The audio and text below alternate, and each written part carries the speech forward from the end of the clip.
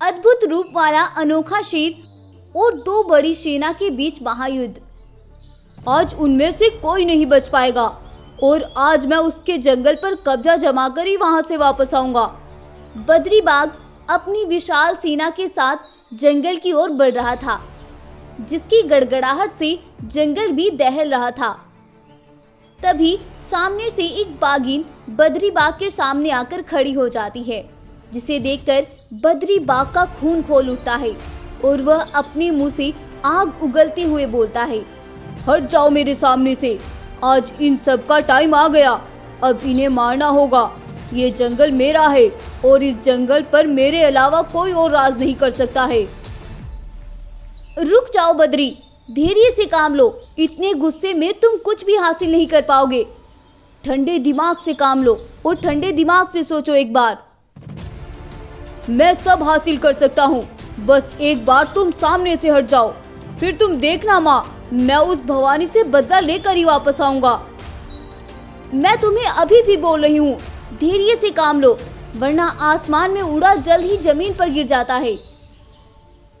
माँ, क्या आप नहीं जानती उसने मेरे साथ कितना बुरा किया है। आज तक अपने काम मुझसे करवाए और राजा उस बगीरा को बना दिया। मैं उससे बदला लेकर रहूंगा। आखिर कौन है ये बगीरा जिसकी आग में बद्री बाघ जल रहा है और वो किसे मिटाना चाहता है? चलिए जानते हैं। आज से करीब 20 वर्ष पहले भवानी शेर एक बहुत अमीर राजा था। उसके पास इतनी धन दौलत थी जिसका उसे भी कोई अंदाजा नहीं था। भवानी का एक बेटा था जिसका नाम बगदीरा था।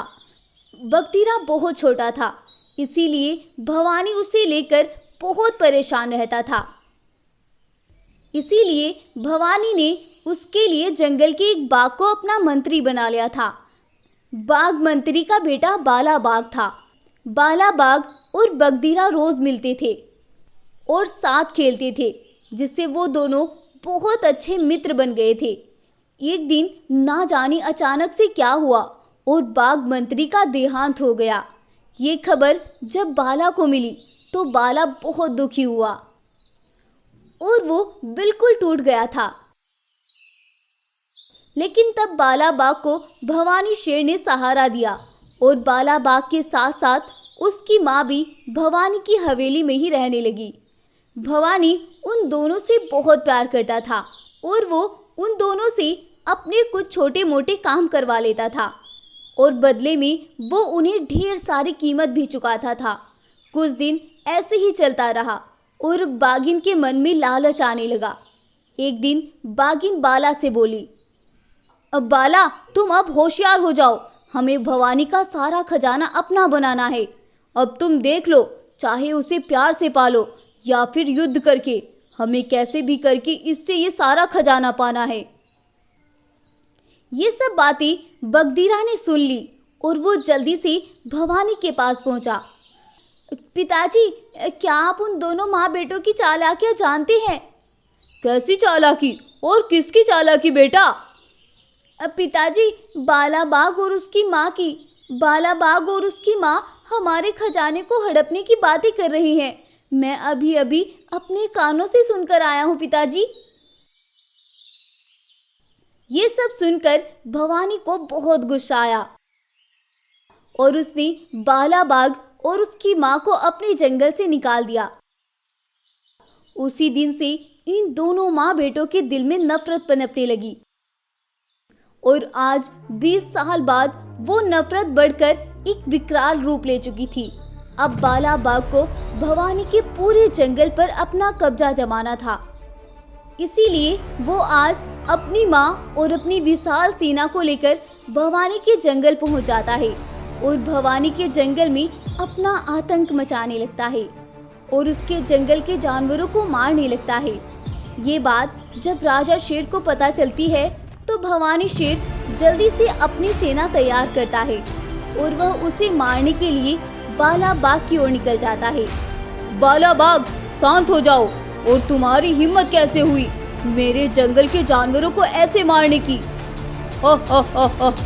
उस दिन तो मैं चुपचाप यहाँ से चला गया था, क्योंकि तब मुझे पता था कि मैं तुमसे ज्यादा ताकतवर नहीं हूँ। लेकिन आज तुम और तुम्हारी सेना मेरा कुछ नहीं बिगाड़ सकते हो।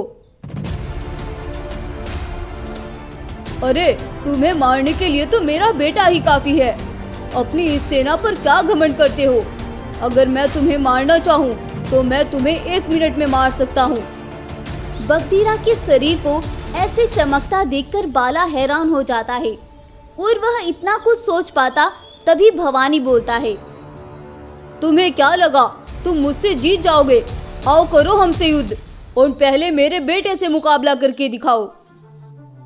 बाला बाघ अपनी ताकत में चूर होकर उन दोनों बाप बेटों पर हमला कर देता है, लेकिन तभी बगदीरा के शरीर से कई सारे ताकतवर शेर बाहर निकल कर आती हैं और वह सभी बाला बाघ की सेना पर हमला कर देते हैं और बाला बाघ के आधे सिपाही जलकर मारे जाते हैं। ये सब देखकर बाला हैरान हो जाता है।